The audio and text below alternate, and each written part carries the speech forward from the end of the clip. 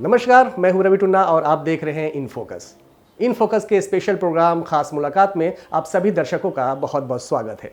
दोस्तों, जैसा कि नाम है खास मुलाकात, आप अंदाजा लगा चुके होंगे कि इस प्रोग्राम का स्वरूप क्या होगा। जी हाँ, तो आज के इस स्पेशल प्रोग्राम खास मुलाकात में हमारी खास मेहमान है मीरा भाईंदर महानगर पालिका क्षेत्र के वार्ड क्रमांक 18 की नगर सेविका नीला सोन्स।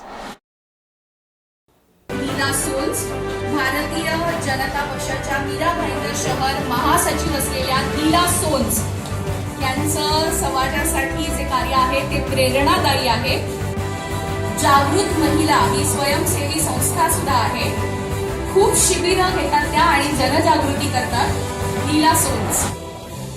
नीला सोन्स जी, हमारे इन फोकस न्यूज चैनल के स्पेशल प्रोग्राम खास मुलाकात में आपका बहुत बहुत स्वागत है। धन्यवाद। नीला सोन्स जी, दर्शकों ने आपके विषय में जाना, लेकिन हम चाहेंगे कि आप अपने शब्दों में हमारे दर्शकों को अपने विषय में 2 शब्द बताएं। मैं नगर सेविका नीला सोन्स, मीरा भाईंदर शहर में मुझे भारतीय जनता पार्टी और जनता के आशीर्वाद के रूप में एक जनप्रतिनिधि के रूप में, नगर सेविका के रूप में सेवा देने का मौका मिला, कार्य करने का मौका मिला। और बस कोशिश रहती है कि आप लोगों के लिए अच्छे से अच्छा कार्य करने में सफल रहूं। क्या बात है नीला जी। अब हम चर्चा शुरू करते हैं और चर्चा शुरू करने के साथ साथ सबसे पहले हम इन फोकस न्यूज़ चैनल की ओर से और जो तमाम दर्शक यहाँ देख रहे हैं उनकी ओर से आपको ढेर सारी शुभकामनाएं और बधाई। ढेर सारी शुभकामनाएं और बधाई आप तो समझ चुके होंगे, लेकिन हम चाहते हैं कि दर्शकों को इसके विषय में जानकारी दूं। तो दर्शकों, ये जो हमने बधाई और शुभकामनाएं नीला सोन्स जी को दी वो इसलिए कि नवराष्ट्र की ओर से नवराष्ट्र वुमेन अचीवर्स अवार्ड से नवाजा गया है और इसके साथ साथ बेस्ट कॉरपोरेटर अवार्ड यानी कि बेस्ट नगर सेविका का अवार्ड से भी इन्हें नवाजा गया है। नीला सोन्स जी, कैसा लगता है कि जब आपको इस तरीके का अवार्ड मिलता है और आपको लोग अप्रिशिएट करते हैं आपके कामों को, तो इसके विषय में जब आपको अवार्ड दिया जाता है, आपको सम्मानित किया जाता है, तो आपके अंदर कैसा फील होता है और आप हमारे दर्शकों से क्या कहना चाहेंगी इस अवार्ड के विषय में? सबसे पहले तो मैं दिल से आभार मानती हूँ नवराष्ट्र नव भारत ग्रुप का, जिन्होंने इस सम्मान के लिए मुझे चुना और मैं बहुत बहुत आभारी हूँ। और मैं बहुत हद तक इसका पूरा श्रेय देना चाहूँगी अपने प्रभाग की जनता को, जिन्होंने हमेशा एक जागरूक भूमिका निभाते हुए पूरा सहकार्य हमें दिया ताकि हम ज़्यादा से ज़्यादा विकास काम कर सकें। तो मुझे लगता है कि कोई भी उपलब्धि एक नई चुनौती भी होती है और कार्य करने के लिए मोटिवेशन भी देती है। सो डेफिनेटली रिकग्निशन अच्छा लगता है, आपके कार्यों को पहचान मिलती है, सम्मान मिलता है, तो अच्छा लगता है। And thank you very much. Neela ji, अब हम बात करना चाहेंगे आपके वार्ड क्रमांक 18 की, जहां से आप नगर सेविका चुन के पिछले 4 वर्षों से हैं।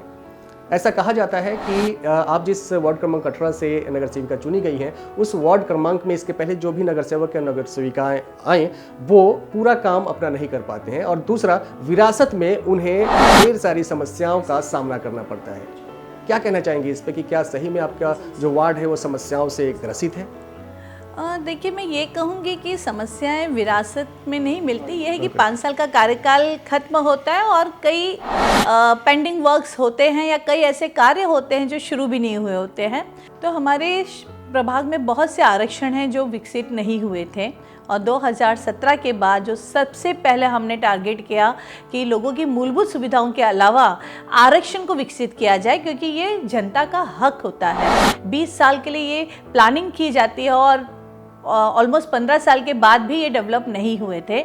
और मैं आपसे शेयर करना चाहूँगी कि आज हमारे प्रभाग में हमारे कार्यकाल के दौरान शुरू भी किए गए और ख़त्म भी किए गए, मतलब संपूर्ण भी किए गए, ऐसे 3 गार्डन हैं, 2 प्लेग्राउंड हैं, वरिष्ठों के लिए वीरांगना केंद्र है, छात्रों के लिए अभ्यासिका केंद्र है, 2 परमानेंट मार्केट हैं, जॉगर्स ट्रैक है, मतलब they are number of permanent facility. हाँ, एक पार्किंग है। तो स्थायी सुविधाएं हमारे प्रभाग में हमने इतनी सारी शुरू की गई कि हमें भी कई बार ऐसा लगता है कि वी फील सरप्राइज कि मतलब वी रियली फील हैप्पी कि इतनी सारी सुविधाएं हम शुरू करने में और सफल हुए। और भी बहुत से आरक्षण हैं जो अभी अंडर पाइपलाइन है और हमें उम्मीद है कि एटलीस्ट हम इसी दौरान एटलीस्ट शुरुआत ज़रूर करके जाएंगे।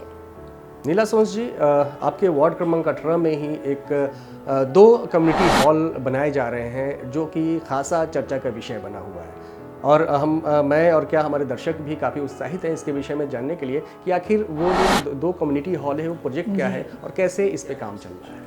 हमारे क्षेत्र में 2 कम्युनिटी हॉल बन रहे हैं। एक हटकेश क्षेत्र में है जो कि प्लेग्राउंड के साथ साथ डेवलप हो रहा है और वो समाज मंदिर है, और एक पूरे मीरा भाईंदर क्षेत्र का सबसे सुंदर और भव्य कला केंद्र, जिसे आप कम्युनिटी हॉल भी बोल सकते हैं, स्वर्गीय प्रमोद महाजन कला दालान के नाम से जिसका उद्घाटन हुआ, वो बन रहा है, जिसमें हर वर्ग के लिए, मतलब वरिष्ठों के लिए भी, युवाओं के लिए भी, हर वर्ग के लिए कोई ना कोई सुविधाएं हैं। और डेफिनेटली कला का वो एक आप बोल सकते हैं सेंटर होगा जहां प्रदर्शनी भी होगी और थिएटर भी होगा।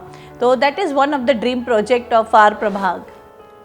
नीला सोंस जी, जैसा कि चर्चा में हुई कि आपके पहले जो भी नगर सेवक या नगर सेविकाएं चुन के आई यहाँ पे, वो काम तो शुरू किया लेकिन काम को बीच में ही अधूरा छोड़कर वो पूरा नहीं कर पाते हैं। लेकिन आपने खुशी जाहिर किया है कि आपने काम शुरू भी किया और बहुत सारे काम का अंत भी कर रहे हैं, मतलब पूरा कर रहे हैं। मैं एक चीज़ और पूछना चाहूँगा कि क्या आपके मन में कुछ ऐसे और भी प्रोजेक्ट्स हैं जो इस बार आपने शुरू नहीं किया, चाहे कुछ बाकी प्रोजेक्ट्स हैं जो आप करना चाहती हैं? हो सकता है कि अगले साल होने वाले चुनाव में आप जीत के आएंगी तो वो कुछ कार्य जो हैं वो पूरा करना चाहेंगी। क्या क्या है ऐसे कुछ कार्य, मैं चाहूँगा दर्शकों को बताइए। डेफिनेटली आई थिंक 2 काम हैं जो मैं चाहती हूँ कि वो उसकी प्रॉब्लम्स जो भी है, प्रशासनिक समस्या, वो जल्द से जल्द खत्म हो और जनता को उनके हक का आरक्षण मिले, गार्डन मिले। ऐसा है एक आरक्षण क्रमांक 258 जो कि अंडर हियरिंग है, उसमें लगातार 2017 से हम प्रोसेस कर रहे हैं, पेपर वर्क कर रहे हैं, और अभी नगर रचना ने उसे फास्ट हियरिंग पे भी लिया हुआ है। तो मैं उम्मीद करती हूँ कि वो गार्डन अगर हम इस कार्यकाल में नहीं भी बना पाए तो आने वाले कार्यकाल में वो ज़रूर पूरा हो, चाहे हमारे द्वारा हो या आने वाले जो भी उधर जनप्रतिनिधि हो, उनको हम बता सके कि शुरुआत करें। दूसरा, एक 305 करके हमारा वहाँ पे गार्डन है जो कि ऑलरेडी ऑपरेशनल है, लेकिन उसका एक भाग जो कि मैं याद दिलाना चाहूँगी कि महानगर पालिका में एक गार्डन को रेस्टोरेंट एंड बार के लिए पारित किया गया था, जिसके अगेंस्ट में मैं आज भी हूँ, क्योंकि वो जनता के हक का गार्डन है। जहाँ 20 साल से बच्चों के लिए प्लेग्राउंड होना चाहिए था, वहाँ एक बियर बार को पारित किया गया। उसका मैं आज भी निषेध करती हूँ और उसके अगेंस्ट हमने मतलब आवाज़ उठाई और आज की तारीख में वो अंडर स्टे है। तो कोशिश रहेगी कि वो मतलब उस पर भी समाधान निकले और जनता को उनके हक की वो बचा हुआ छोटा सा गार्डन या छोटा सा टुकड़ा ही सही एक नागरिक सुविधा के रूप में काम आए, क्योंकि वो जनता की जगह है। नीला जी, आप भाजपा की नगर सेविका हैं और मीरा भाईंदर महानगर पालिका में भाजपा का ही शासन है। आपने अपने क्षेत्र में कुछ अवैध काम हो रहे अवैध कामों के ऊपर आवाज़ ऊंचा की और अच्छा काम कर रही हैं। क्या आपको कभी ऐसा लगता है कि आपकी ही सरकार है, वहाँ पे आप की ही सरकार है, लेकिन एज ए भाजपा की नगर सेविका होने के नाते आपको काम करने में परेशानी हो रही है? देखिए, भारतीय जनता पार्टी एक विचारधारा की पार्टी है, और अगर मैं पार्टी की बात करूं तो पार्टी सहमत होगी मेरी इस बात से कि बच्चों के गार्डन को बियर बार में पारित नहीं करना चाहिए। लेकिन शायद नेतृत्व होता है, बहुमत होता है, एक राजनीति का कटु सत्य है कि बहुमत के आधार पर कुछ भी हो सकता है, और ज़रूरी नहीं था। लेकिन मैंने पार्टी में वरिष्ठों को कहा था कि यहाँ जहाँ जनता के हक की बात आएगी, वहाँ मैं इस व्यक्ति विशेष जो भी नेतृत्व कर रहे थे उस दौरान, अगर वो इस तरीके का विषय लेके आएंगे मेरे प्रभाग में जनता के अगेंस्ट का, तो मैं इसका खुला विरोध करूंगी और मैं इसके अगेंस्ट अगर मुझे कानूनी लड़ाई भी लड़नी पड़े तो मैं ज़रूर लड़ूंगी। और मैंने अपना पक्ष पार्टी को क्लियर किया था, पार्टी यानी मीरा भाईंदर, लेकिन मुझे पूरा विश्वास है कि पार्टी सिर्फ मीरा भाईंदर तक सीमित नहीं है, पार्टी राष्ट्रीय लेवल तक सीमित है। जब प्रदेश में या वरिष्ठों तक ये बात जाएगी या पहुंचेगी तो वो मेरी इस भावना को की कद्र करेंगे और समझेंगे कि एंड ऑफ द डे हम जनप्रतिनिधि अगर बनते हैं तो जनता के लिए बनते हैं और जनता के हक के लिए बनते हैं। किसी एक व्यक्ति को रेस्टोरेंट एंड बार आरक्षण की भूमिका बनाने के लिए मैं पक्ष कैसे दे सकती हूँ, ये मेरे लिए पॉसिबल नहीं है और मुझे विश्वास है कि पार्टी मेरी इस बात पर सहमति दर्ज करेगी। नीला सोन्स जी, आप शुरू से वुमेन एम्पावरमेंट और नारी सशक्तिकरण के ऊपर विस्तृत रूप से काम कर रही हैं और लोगों को जागृत करने की हमेशा से कोशिश कर रही हैं। मैं ये जानना चाहूँगा, हम चाहेंगे कि दर्शकों को बताइए कि आप फिर जब अगले साल चुनाव में उतरेंगे, क्योंकि आपको फिर अगले साल चुनाव हो, उसमें आपका मुख्य एजेंडा क्या क्या होगा, किस एजेंडे के साथ आप चुनाव में? चुनाव में मीरा भाईंदर महानगर पालिका, ये मैं महानगर पालिका के जब हम चुनाव लड़ते हैं तो एंड ऑफ द डे जो दायित्व या जो अधिकार नगर सेवक को होते हैं वो क्षेत्र से रिलेटेड होते हैं।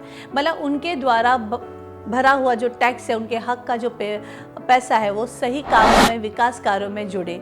चाहे वो महिला बाल कल्याण समिति की तरफ से महिलाओं के हक के लिए ज़्यादा से ज़्यादा उनको इंडिपेंडेंट बनाने के लिए हो, बच्चों को ज़्यादा से ज़्यादा एजुकेशन में अच्छी फैसिलिटी देने में हो, या आरोग्य जो सबसे ज़्यादा इम्पॉर्टेंट है। मेरा एक प्रोजेक्ट और है जो मेरे जहन में है, मैं कोशिश कर रही हूँ, उसके लिए भी पत्र व्यवहार किया है कि कोई एक आरक्षण में छोटी सी जगह सही एक आरोग्य केंद्र बनने के लिए दिया जाए, क्योंकि हमें हेल्थ का जो विषय है इस कोरोना काल में हम सभी इस बात को समझ चुके हैं।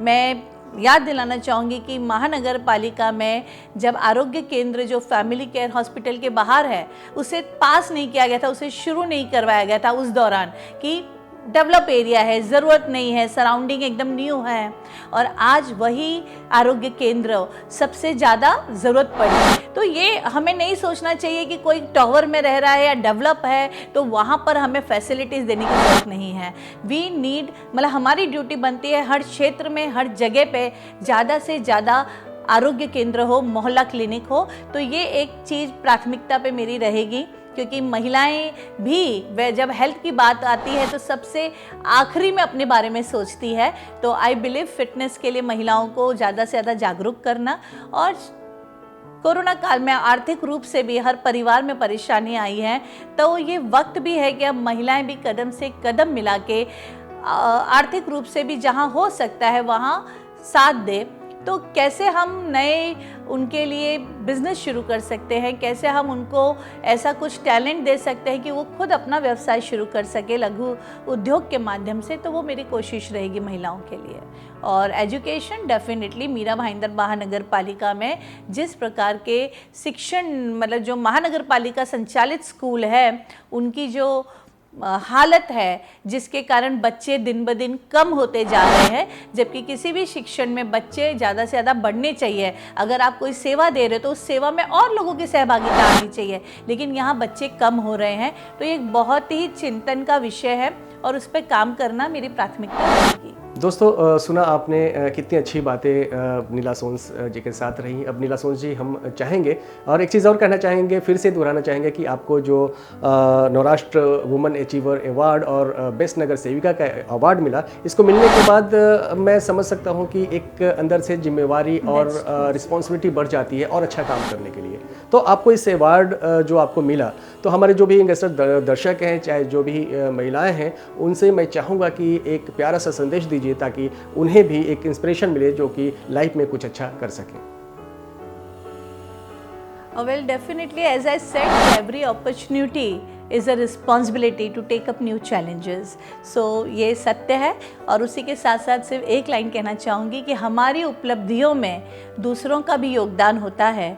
समंदर में चाहे पानी अपार हो, पर वो नदियों का उद्धार होता है। ये मैं सिर्फ एक चेहरा हूँ, लेकिन इस चेहरे की अचीवमेंट अगर है तो वो मेरे साथ मेरे सहयोगी नगर सेवक हो, नगर सेविकाएं हो, या आप कह सकते हैं जितनी जनता है, क्योंकि हमें असली प्रेरणा तो लोगों से ही मिलती है। जब उनका कार्य आता है, जब वो लोग जागरूक होते हैं, उनसे जो प्रोत्साहन मिलता है वही हमारे लिए एक एनर्जी का काम करते हैं। So that is our real motivation. कोई कार्य करके जो अनुभूति मिलती है वो हमारा पहला अवार्ड होता है। और दूसरा अवार्ड जो नवराष्ट्र नवभारत ने मुझे दिया है, तो मैं एक बार फिर अपने सभी शुभचिंतकों को, अपने प्रभाग के सभी नागरिकों को और मीरा भाईंदर क्षेत्र के सभी नागरिकों को, और साथ साथ मेरे सभी जो मित्रगण हैं जो मेरे एक स्ट्रेंथ बन के मेरा साथ देते हैं, उन सभी को बहुत बहुत धन्यवाद।